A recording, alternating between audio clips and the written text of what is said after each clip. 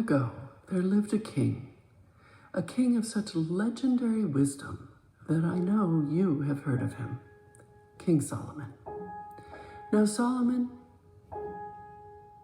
he had a special kind of wisdom, not just cleverness. He had the wisdom that comes from listening.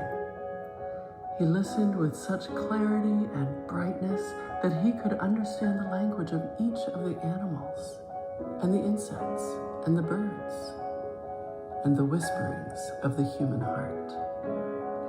Now, among his many advisors and sages and prophets, he had one advisor more trusted than any other, someone reliable yet adventurous, and he knew from listening that this advisor of his had grown quite excited about his own abilities. And Solomon wanted to help him temper his own enthusiasm for himself. So he called his advisor to him and he asked him, "Please, sir, my advisor, could you bring me a ring? Not just any ring, not a diamond ring, not a jeweled ring, not an artisanal ring. I need a ring that will make a sad man happy and a happy man sad." Now the advisor, of course, promised that he would do this immediately and he would not return without it. And certainly he would be back within a year. And off he went into the bazaar of Jerusalem, a place where he could find anything from anywhere.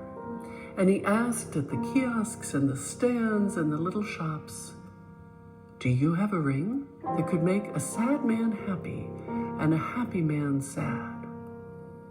But all of the shopkeepers just shrugged.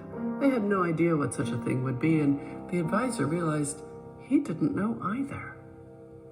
But having failed in the bazaar, he set out through the gate of Jerusalem and out into the countryside, searching for this elusive ring.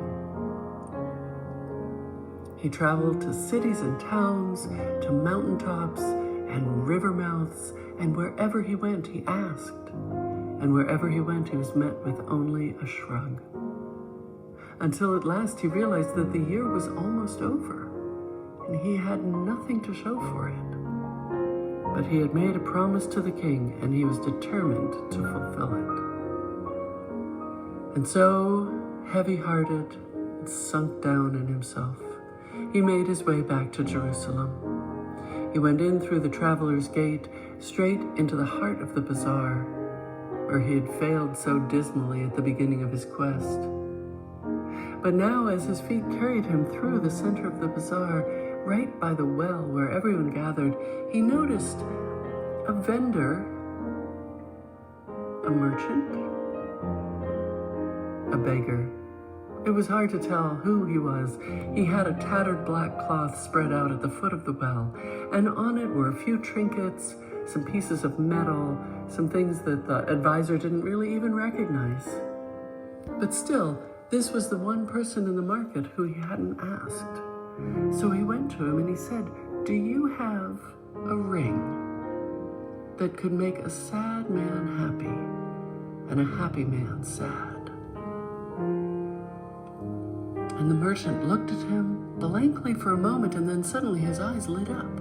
And he turned and he scrabbled through his materials and his supplies, and he picked up a little hammer and a pointed tool and a ring of rough metal. And he set to work scratching and tapping and scrolling a design on the inside of the ring.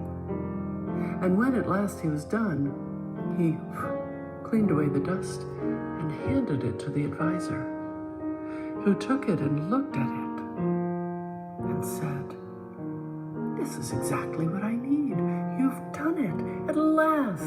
Thank you." And he paid him handsomely, tucked the ring safely into his pocket, and went running back through the streets of Jerusalem up to King Solomon's palace. He went inside. He approached the king respectfully. He bowed low. He waited, no longer assuming that his word was the finest word that King Solomon might hear, until at last the king beckoned him forward. And there was a hopeful look in the king's eye. Do you have the ring? Do you have what I'm searching for? And the advisor bowed low. He said, I'm not certain, but perhaps this is the ring. And he pulled from his pocket that rough iron circle, and he handed it to the king. Now the king picked it up, and he turned it this way and that in order to read the words inscribed inside. And then his eyes lit up, and he said to the king, and he said to the advisor, this is it. This is the ring that could make a sad man happy. For reading these words inscribed inside, this too shall pass, can make even a sad man happy. And even a king as happy as I am, reading these words, will become sad. This too shall pass. And King Solomon slipped the ring on his finger, and he wore it from that day forward, just as all of us must wear our own rings invisibly to remember this too shall pass.